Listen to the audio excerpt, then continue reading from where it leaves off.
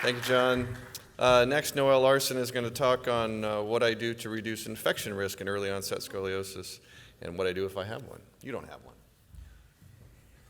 Thank you. Pleasure to be here this morning and in a really illustrious audience that has worked on this problem a lot.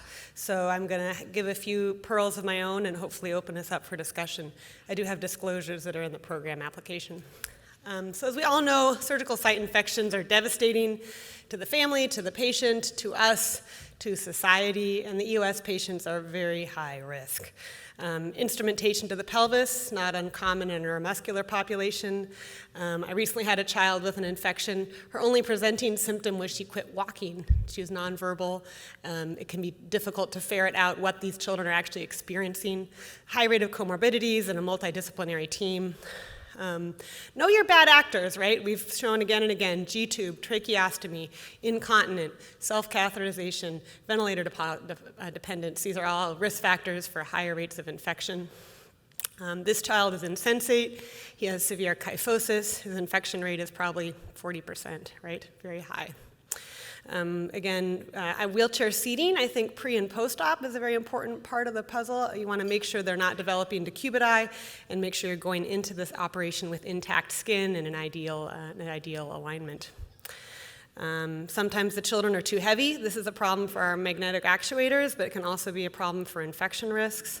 And sometimes they're too light. This patient had rigid spine myopathy and his BMI is only 13. Even though he felt fine and said, I eat every day and I have no problem with my eating, we got him a Gtube, and now he looks like more of a normal body weight in order to bridge him through the period of surgery and get him to the next step. So after the surgery, he decided, didn't like the Gtube, went back to being skinny again, but it made me feel better that we had protected our implants and helped him with the wound healing for that period of time. I am pretty attentive to skin coverage. We've seen that submuscular rods have a lower infection rate than subcutaneous rods. Even though we intend them to be submuscular, sometimes our rods do end up being subcutaneous.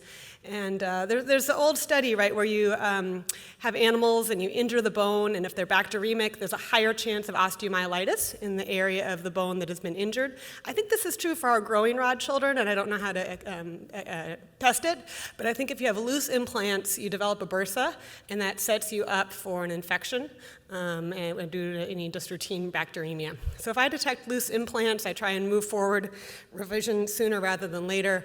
I think loose implants are not good.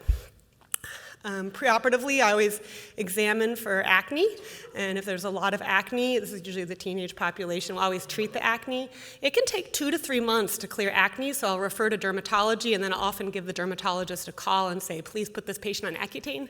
And again, no disclosures with Accutane, but I think you need to bring out the big guns here. I mean, you don't need just like a little clindamycin topical treatment here. You want to get the skin totally clear before surgery.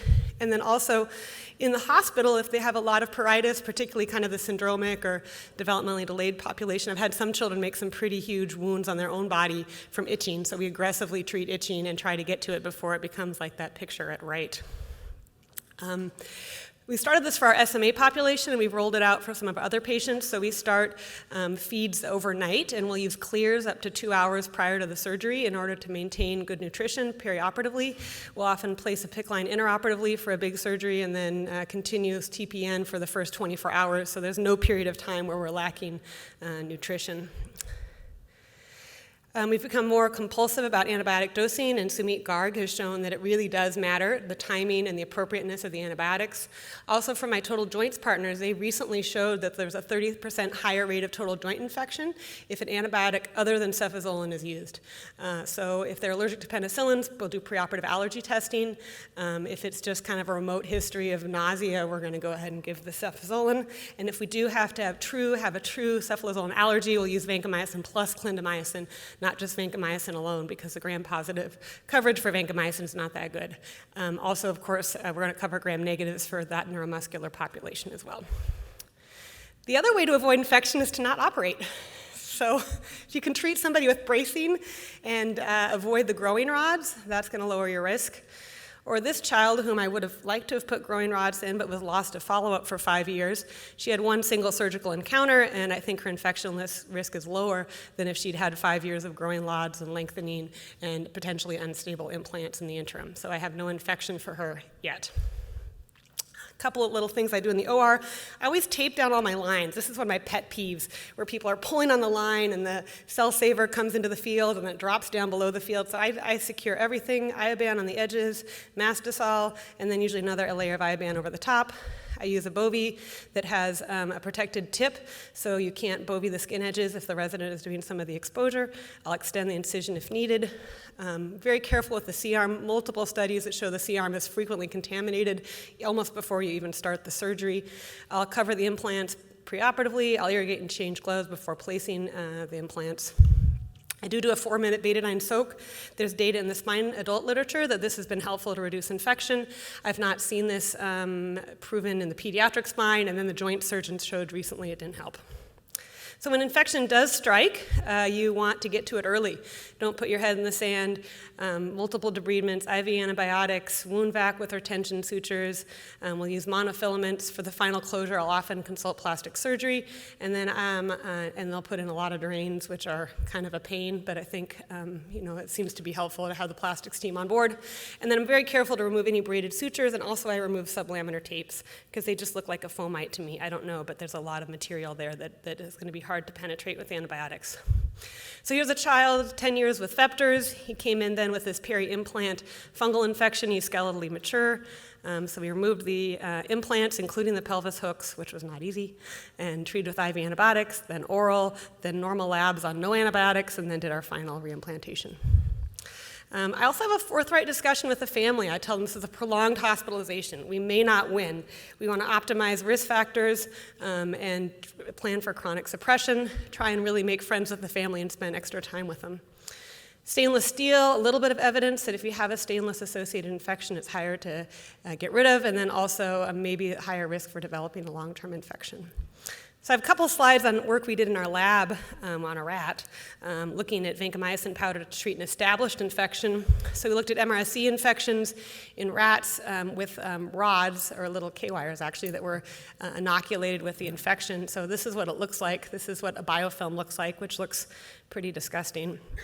And we either treated the rat model either with vancomycin-loaded microspheres or topical vancomycin powder. And interestingly, the vancomycin powder completely eradicated the infection. So it's an animal study, we don't know, but sometimes for these deep infections, I'm using topical antibiotics. It seems like if we're using it for prevention, it's probably helpful for cure.